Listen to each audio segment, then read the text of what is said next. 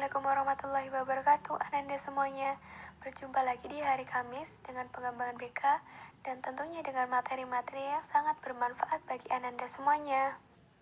Bagaimana kabarnya hari ini? Semoga tetap sehat dan juga tetap semangat ya.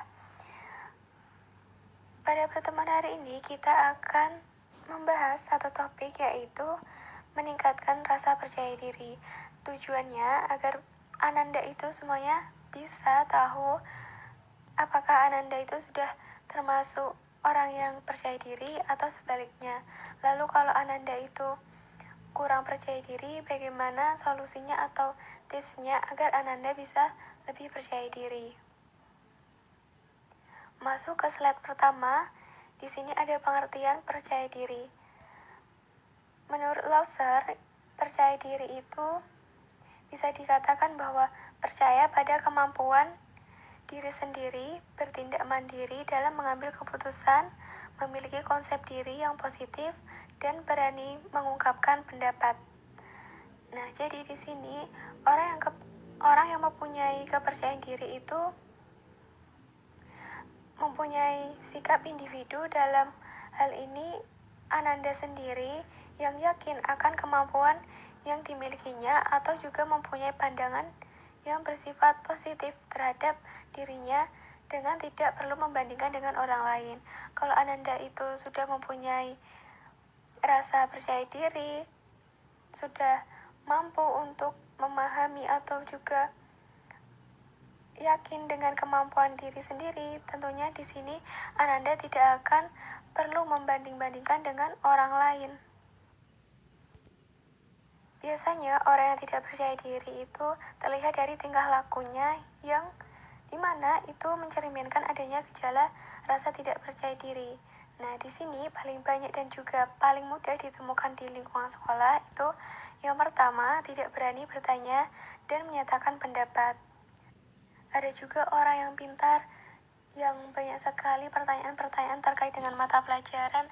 Namun di sini karena orang tersebut memiliki kepercayaan diri yang rendah, maka dia itu lebih memilih untuk tidak bertanya ataupun juga tidak mencari tahu pertanyaan yang dimilikinya, sehingga di sini semua pertanyaan tersebut hanya dipendam sendiri. Yang kedua, ada grogi saat tampil di depan kelas.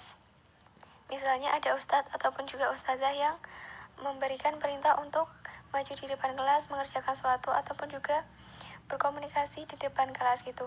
Nah, mungkin di sini kalau ada orang yang kurang percaya diri itu terlihat nampak dari raut wajahnya yang gugup, kemudian bicaranya yang mungkin putus-putus dan sebagainya. Tentunya di sini berbeda dengan orang yang mempunyai kepercayaan diri yang tinggi. Kalaupun dia disuruh untuk maju, tentunya dia lebih sigap dan juga santai, sehingga tidak menimbulkan ataupun juga memunculkan tingkah laku yang mungkin mukanya pucat, gagap, dan sebagainya. Yang ketiga itu ada timbul rasa malu yang berlebihan. Biasanya kalau ingin tampil di depan umum, orang yang kurang percaya diri, misal ada maju berapa orang di depan, mungkin orang yang mempunyai rasa percaya diri yang rendah itu kadang malunya, misal dia lebih banyak menundukkan kepala, kemudian dia berusaha untuk tidak menatap teman-temannya, kemudian bisa juga dia bersembunyi di temannya yang ada di sebelahnya. Gejala lain yaitu sering mencontek saat menghadapi ujian atau tes. Kalau seseorang itu sudah mempunyai rasa percaya diri yang tinggi, tentunya dia tidak akan melakukan mencontek karena dia sudah yakin terhadap apa yang dia miliki atau kemampuan yang dia miliki. Sudah kita bahas sebelumnya bahwa orang yang percaya diri adalah orang yang yakin akan kemampuan pada dirinya. Kalau orang itu tidak percaya diri, nah itu sebaliknya, maka dia kurang percaya dengan dirinya sendiri. Yang terakhir, mudah cemas dalam menghadapi berbagai situasi.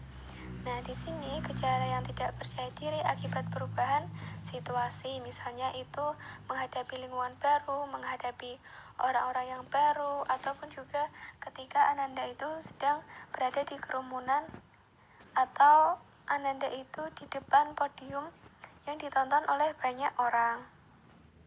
Dari semua itu merupakan gejala-gejala orang yang kurang percaya diri yang banyak sekali kita temui di lingkungan sekolah. Selanjutnya di sini ada ciri-ciri orang yang mempunyai rasa percaya diri yang tinggi. Yang pertama, memiliki keberanian untuk mencapai apa yang diinginkan. Yang kedua, selalu bersikap tenang di dalam mengerjakan segala sesuatu. Yang ketiga, mampu menetralisasi ketegangan yang muncul di dalam berbagai situasi. Yang keempat, mampu menyesuaikan diri dan berkomunikasi di berbagai situasi. Yang kelima, memiliki kondisi mental dan fisik yang cukup menunjang penampilannya. Yang keenam, memiliki kecerdasan yang cukup. Yang ketujuh, memiliki tingkat pendidikan formal yang cukup. Itu semua merupakan ciri-ciri orang yang percaya diri menurut Tursan Hakim. Lalu apa saja ciri-ciri orang yang kurang percaya diri? Yang pertama, mudah cemas dalam menghadapi persoalan dengan tingkat kesulitan tertentu. Yang kedua, memiliki kelemahan atau kekurangan dari segi mental, fisik, sosial, dan ekonomi. Yang ketiga, sulit menetralisasi timbulnya ketegangan di dalam suatu situasi. Yang keempat, gugup dan kadang-kadang bicaranya gugup. Yang kelima, memiliki latar belakang pendidikan keluarga yang kurang baik. Yang keenam, memiliki perkembangan yang kurang baik sejak masa kecil. Dari semua ciri-ciri tersebut, ini merupakan pendapat dari Tursan Hakim. Nah, di sini setelah Ananda itu sudah mengetahui ciri-ciri dan juga gejala-gejala orang yang kurang percaya diri, apakah Ananda sudah bisa membedakan ataupun juga sudah mengetahui ternyata Ananda itu termasuk orang yang percaya diri atau sebaliknya? Lalu bagaimana kalau saya itu merupakan orang yang kurang percaya diri? Nah, tenang saja, di sini ada teknik-teknik agar Ananda itu bisa lebih percaya diri. Yang pertama, mempersiapkan mental, materi untuk tampil makin percaya diri. Kalau Ananda itu sudah mempersiapkan diri, kemudian apabila akan presentasi, sudah mempersiapkan materi, menguasai materi, tentunya ini Ananda akan lebih leluasa, lebih luas, lebih santai gitu dalam menampilkan presentasi di depan teman-teman semuanya. Kemudian yang kedua, memahami, mengidentifikasi dan mengenali rasa gugup dan takut saat akan berbicara di depan orang banyak. Mungkin di sini ketika Ananda itu ingin berbicara kepada orang lain, ingin mengungkapkan aspirasinya, ide-idenya, mungkin sebelumnya sudah disusun terlebih dahulu apa yang Ananda akan bicarakan di forum tersebut, ataupun juga ketika akan presentasi, sehingga nantinya Ananda tidak terlihat gugup ataupun juga terbata-bata dalam menyampaikan aspirasi Ananda di depan umum. Selanjutnya, mencegah gangguan dan gejala fisik yang sering kita alami, misalnya itu gemetar, kemudian sakit perut, berkeringat, deg-degan. Mungkin gini, sebelum Ananda itu tampil di depan umum, Ananda di sini bisa mungkin pegangan otot ataupun juga mengatur nafas. Nah, mungkin di sini ada juga orang-orang yang biasanya agar tidak terlihat gugup sekali, mungkin sebelumnya lebih memilih untuk berkomunikasi ataupun juga berinteraksi terlebih dahulu dengan orang lain ataupun juga bercanda. Nah, dengan bercanda ataupun juga mengobrol itu kan membuat seseorang itu tidak terpaku dengan apa yang akan dilakukan yang membuat dia tuh gugup gitu. Jadi teralihkan.